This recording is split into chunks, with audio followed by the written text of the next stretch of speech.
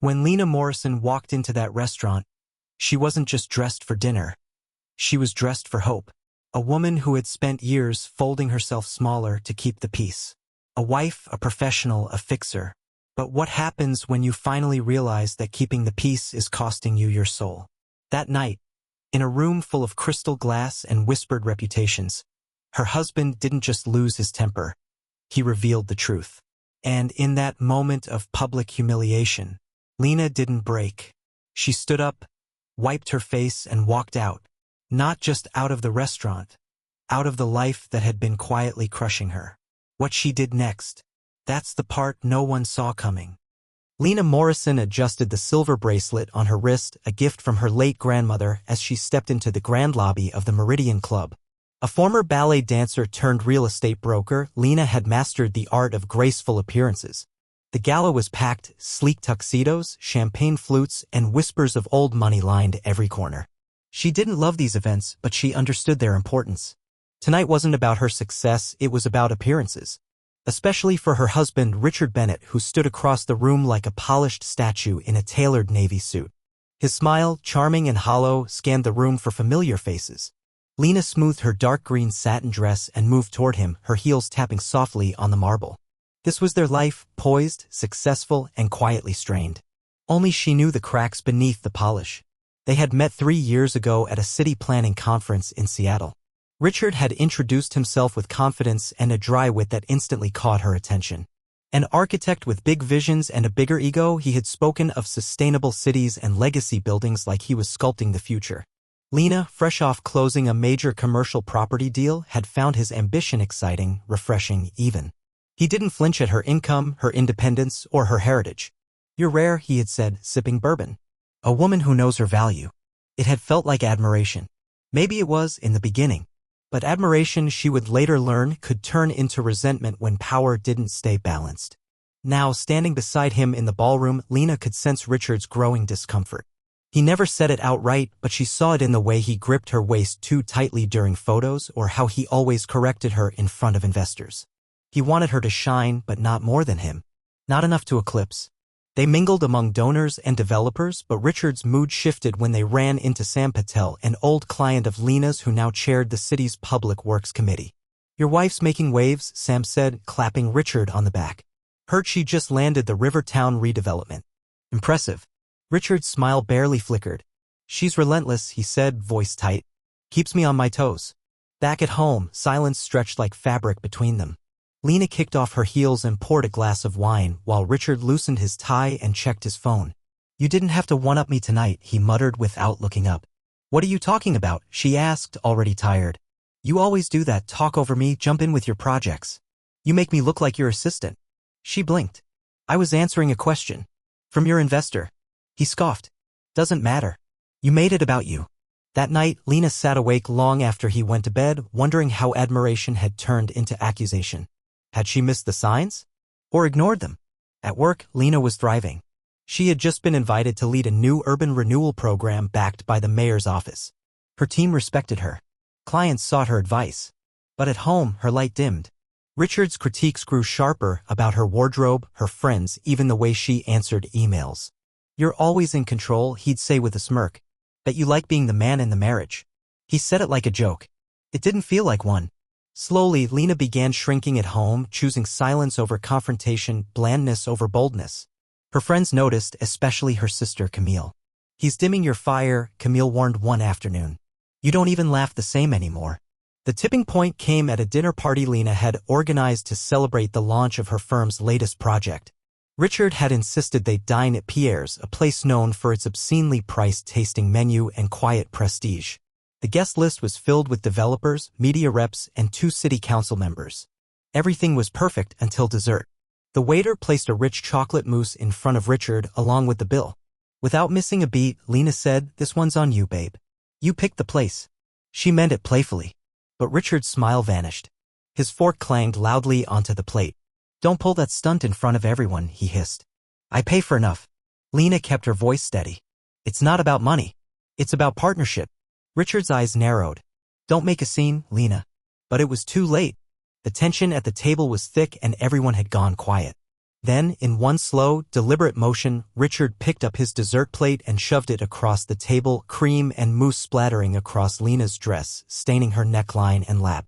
A collective gasp filled the room. Lena sat frozen. Then, with the calm of a woman who had been through worse and had finally had enough, she picked up her napkin, wiped her dress clean, and stood. "I'm done," she said. "With the act. With the silence. With you." She walked out head high, heels clicking, leaving behind a stunned room and a man who had mistaken her strength for something he could control. Outside, the night air was cool and sharp, like truth cutting through illusion. Lena didn't cry. She didn't shake. She exhaled. For the first time in years, she felt something like freedom.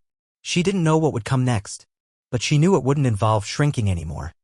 The black SUV pulled into the long circular driveway of a two-story colonial house just outside Charleston. Lena hadn't been home in almost a year, not since her father's birthday last spring. Now, her dress was stiff with dried mousse and her mind buzzing from the events at Pierre's. She sat in the driver's seat for a full minute before killing the engine. The porch light was still on. Her mother always left it burning, just in case, she used to say. Lena stepped out slowly, her heels uneven against the stone pavers, her body running on pure instinct.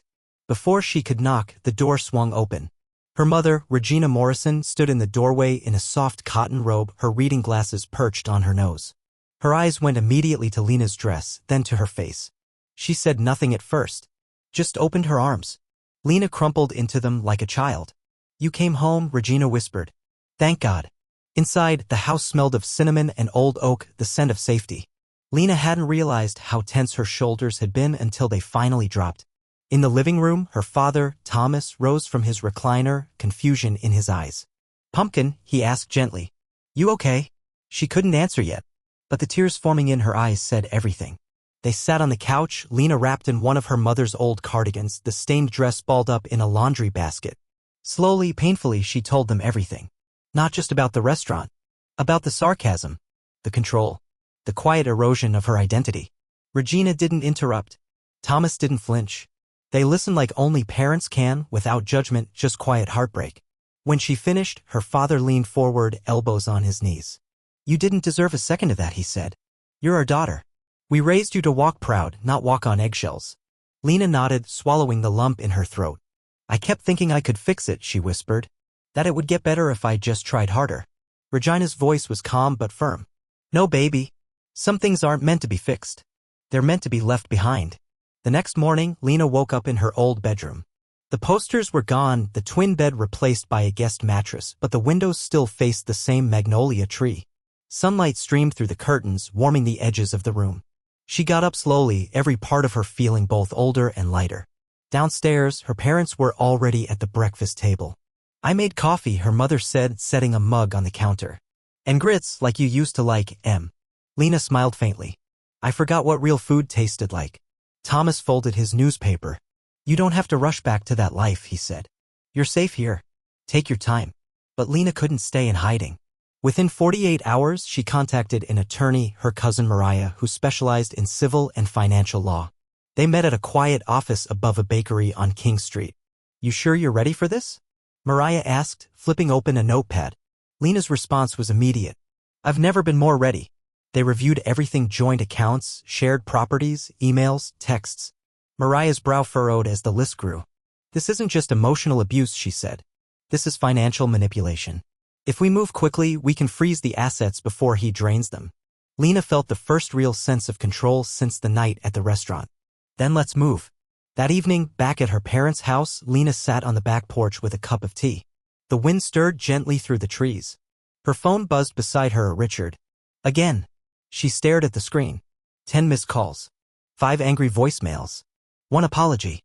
She didn't listen to any of them. "He'll try to guilt you," Regina said from the door.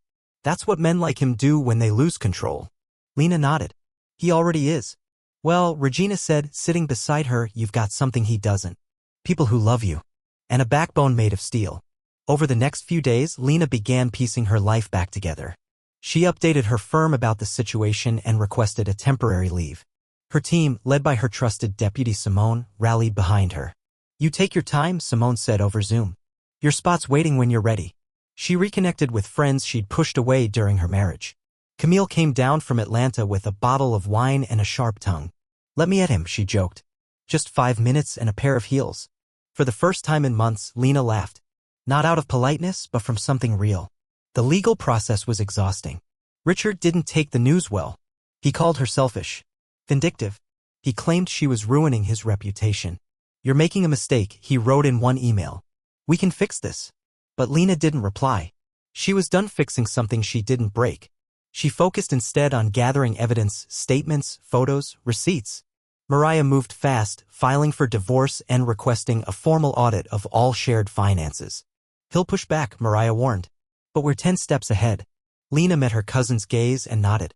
"Good. Let him chase me for a change." One morning, as Lena stepped outside to get the paper, her father joined her in the driveway. "You know," Thomas said, "you remind me of your grandmother." Lena raised an eyebrow. "The one who ran a beauty salon and a credit union?" "That's the one," he chuckled. "Didn't take mess from nobody. You're just like her." Lena smiled, eyes misting. "I forgot who I was for a while, Daddy." Thomas pulled her into a hug. "Well, you remembered just in time." Lena stood at the window of her temporary home office, watching a squirrel scurry across the backyard fence. The view was calm, but her inbox was not. Her attorney had just forwarded a batch of screenshots. Richard had started a smear campaign. Emails to mutual clients, social media posts cloaked in vague jabs, whispers through shared contacts. "She left me without warning. She's emotionally unstable. She's obsessed with control." Lena closed the laptop slowly, letting her breath settle. She wasn't surprised. Men like Richard never surrendered control without a tantrum. Mariah called that afternoon, her voice crisp with strategy. "He's playing the victim," she said. "Which means he's scared. That's leverage." Lena sighed. "It still hurts, though, watching him twist everything." "I know it does," Mariah replied gently. "But you're not here to win sympathy. You're here to win back your power."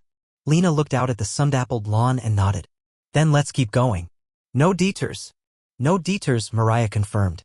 That evening, Lena met with her old project team over dinner. Simone had organized a quiet gathering at a small seafood place near the harbor. "You still got it?" Simone grinned, handing Lena a glass of wine. "The Rivertown plan?" "The city council approved phase 1 without blinking." "You made an impression." Lena smiled, the compliment landing deeper than expected.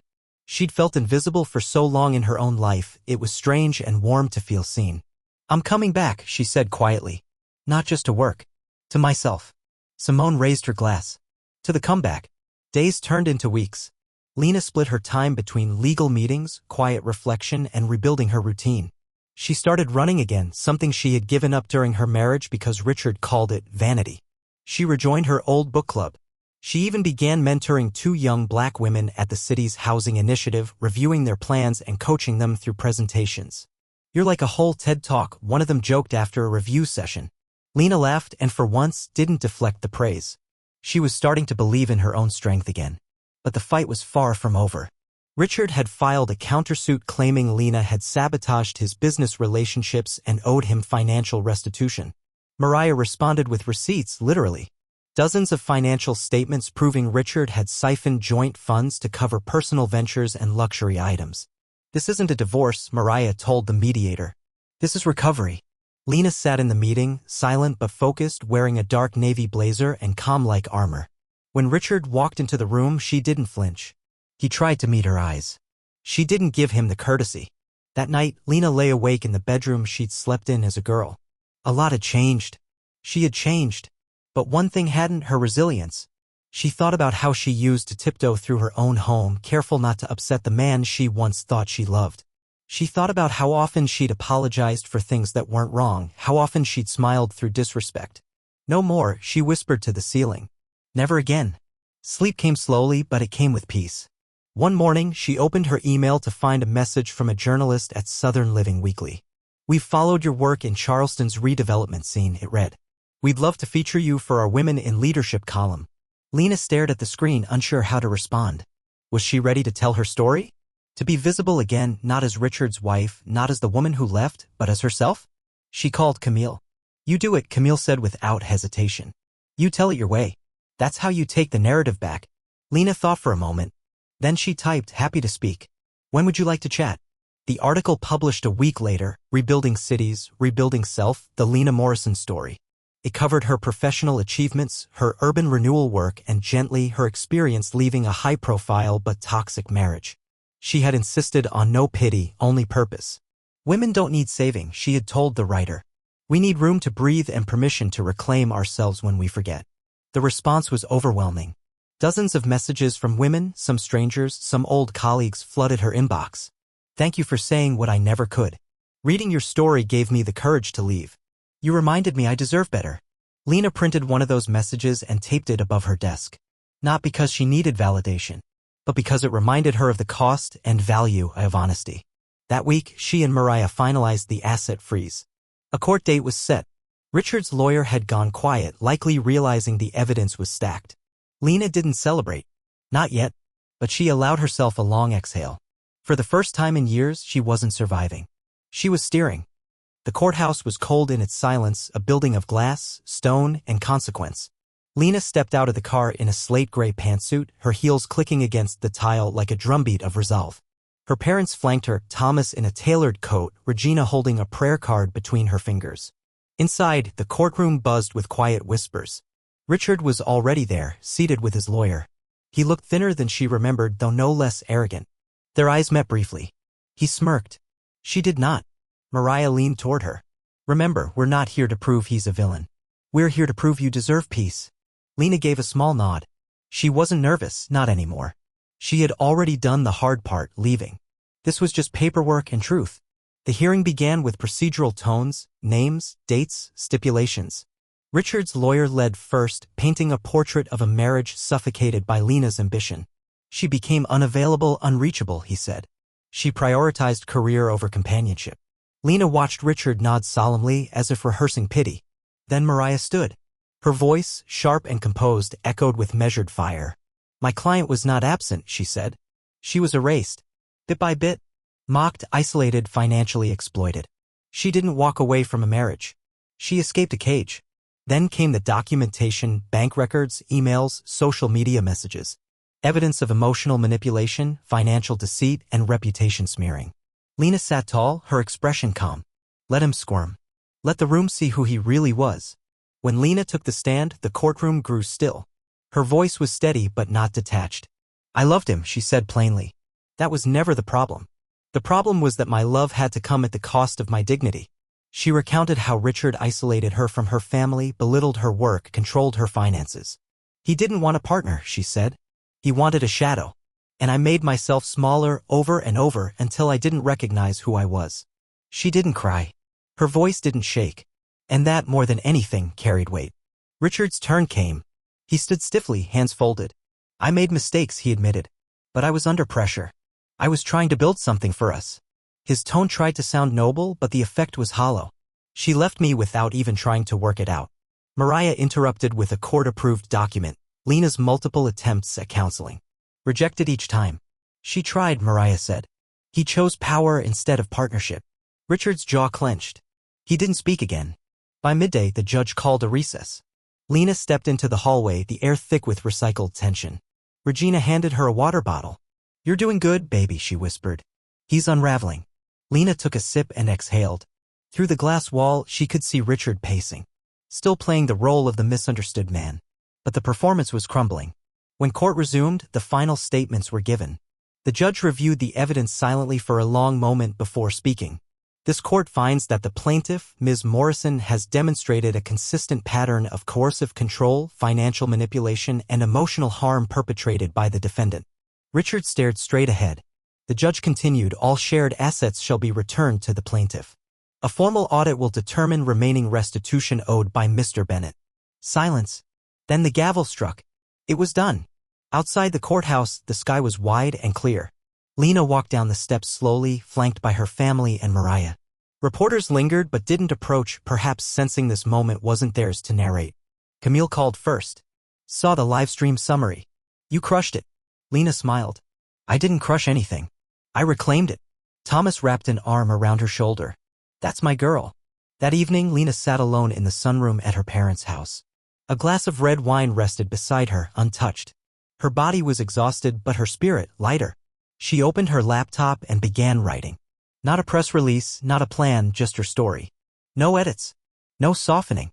No hiding. The woman who walked into that courtroom had scars, but she wore them like armor. And tomorrow she'd start building again on her own terms. It started with one message.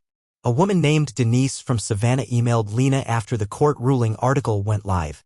"I don't know you," she wrote, "but I needed to read your story. I thought I was crazy. Turns out I was just surviving." Lena read it twice. Then a second message arrived. Then a third. Soon, her inbox filled with voices, some trembling, some furious, all exhausted from silence. Women who had been isolated, manipulated, and made to believe they were the problem. Lena replied to every message herself. Not with advice, but with presence. That's how the idea for Reclaim was born. Not as a business. Not even as a nonprofit. Just as a place. A space. A community. Lena rented a small office above a florist shop in Charleston's East Bay district and put a sign on the door, "You're not alone. And you're not crazy." At first, it was coffee. Quiet meetings. Resource sharing. Legal referrals. But word spread fast. Within a month, local women's shelters reached out to collaborate. Lawyers offered pro bono hours. Therapists volunteered to host group sessions. Something was happening, and Lena was at the center, not seeking attention, just making room. Simone and Camille helped with logistics. Her father helped file the paperwork to formalize Reclaim as a 501c3. Her mother brought homemade food to the Saturday workshops. "You're building a table," Regina said one afternoon. "And now look, women are pulling up chairs." Lena looked around the meeting room filled with folding chairs, notepads, and nervous courage and felt something she hadn't felt in years, pride unchained from performance. At work, Lena returned as a different version of herself. She no longer felt the need to downplay her intuition or apologize for her ambition. She led a new development project focused on affordable housing with trauma-informed design, spaces where women could rebuild lives in dignity. "It's not just walls and windows," she told her team. "It's the first breath after you've been underwater." The city noticed. The mayor's office nominated her for an Urban Impact Award. When asked to speak at the ceremony, she almost declined. But then she remembered visibility was power. And she was done hiding. Her speech was brief, but it echoed. "We don't always see the damage because it doesn't leave bruises," she said into the microphone. "But emotional erosion is real. And women, especially Black women, are told to endure. I'm here to say, endurance is not the same as peace. You're allowed to want more." The room stood silent for a beat. Then applause rose like thunder. Media requests followed, but Lena was selective. She agreed to one interview with Essence, a magazine her mother had read religiously growing up. The piece was titled, "She Didn't Break. She Rebuilt." It chronicled Lena's journey without sensationalism. Just truth. And in that truth, thousands more women found their reflection. The article closed with Lena's quote, "I don't want to be seen as brave. I want to be seen as normal. Because walking away from harm should be a normal act, not a heroic one." One evening, as the Reclaim office closed, Lena lingered by the window. Outside, the street was quiet, the florist shop's awning fluttering in the wind. She sipped lukewarm tea, reflecting on how far she'd come. Richard hadn't contacted her in months. The silence, at first unsettling, had become liberating. She had no desire to know how he was doing. For once, his life was irrelevant to her own. A volunteer poked her head in. "Good turnout tonight. 3 new women." Lena smiled. "That's 3 more building their lives. That's everything." She spent her weekends exploring New Orleans, Toronto, Oaxaca. Not to escape, but to expand. Each city gave her something, a mural, a new flavor, a story from a stranger that somehow aligned with hers. She journaled again. She slept deeply. She danced once, barefoot in a courtyard in Lisbon, the music loud, the air warm, her laughter louder. Back in Charleston, Reclaim grew. It now offered digital consultations, emergency stipends, and peer mentorship. A donor reached out to fund a new building. Lena hesitated. "I don't want to grow too fast," she told Simone. "I want to grow deep." So they planned carefully, every expansion rooted in integrity, not attention. When a national morning show asked her to appear, Lena said no. Not because she wasn't ready, but because the women who walked into her office deserved privacy more than PR. One night, alone on her balcony, Lena opened a letter she'd been carrying in her bag for weeks. It was from Denise, the woman who'd emailed her first. Inside was a photo, Denise and her 2 sons smiling outside their new apartment. The note read, "I'm safe. They're safe. You changed our story." Lena held the photo to her chest, eyes full but dry. "No," she whispered, "you did." Then she sat under the stars, glass of wine in hand, letting gratitude and quiet strength settle into her bones. Sunday morning light filtered through gauzy curtains, casting soft shadows on Lena's apartment walls. She moved slowly, deliberately, watering the jade plant in the kitchen, stirring oatmeal with cinnamon, humming an old Nina Simone tune. Her phone buzzed, but she didn't check it. These hours were hers, sacred and quiet. The woman who once rushed through mornings now made time to be still. She had rebuilt a life not just with new choices, but with new rhythms. And peace, she had learned, isn't a reward. It's a decision. The apartment was different now. No more sharp edges. No more half-lived spaces. Photographs of Morocco and Charleston lined the hallway. A worn bookshelf brimmed with stories by women who had survived, rebuilt, led. A framed print above her desk read, "You are not what they did to you. You are what you chose next." And Lena had chosen well. Not perfectly. Not painlessly. But wisely. She opened her laptop and clicked into the new mentorship portal for Reclaim. Over 2,000 women had registered. Some in their 20s. Others in their 60s. Some just beginning to recognize the patterns. Others already rebuilding. Each woman represented a life reclaimed, a chapter still being written. Lena's video message sat at the top of the homepage, a warm greeting, an honest face, no filters. "You don't have to prove you're broken enough to deserve help," she had said. "You just have to want more." Later that afternoon, she met Camille and Simone at a small cafe by the water. They talked about everything and nothing. Laughed. Shared updates. Talked politics. Bickered about music. For once, there was no undercurrent of performance. Lena didn't feel the need to impress or explain. She was surrounded by women who had seen her at her lowest and stayed anyway. That kind of love was rare. And Lena had learned to treasure it without apology. A young woman walked up to their table as they stood to leave. "I don't mean to interrupt," she said nervously. "But you're Lena Morrison, right?" Lena nodded, surprised. "I wanted to say thank you," the woman continued. "Your story, it got me out. I'm living with my sister now. I'm applying for jobs. I forgot what hope felt like." Lena placed a hand gently on the girl's shoulder. "You didn't forget. You just needed space to remember." That night, Lena lit a candle in the window. Not for ceremony, just for self. She sat at her desk and wrote a letter to her future self. "If you ever feel small again," she wrote, "remember this: you walked away. You built again. You gave others permission to believe. Your scars are not signs of failure. They are declarations that you lived. Fully. Loudly. Unafraid." As the city lights blinked outside her window, Lena stepped onto the balcony barefoot. The breeze lifted her curls. The sound of distant jazz from a rooftop bar drifted through the air. She raised her glass, not to the past, but to the wide open future. One not shaped by survival, but by desire. Possibility. Joy. Lena whispered a quiet toast to no one and everyone at once. To every woman who thought she had to shrink to be loved, she said, "May you rise. May you take up space. May you come home to yourself."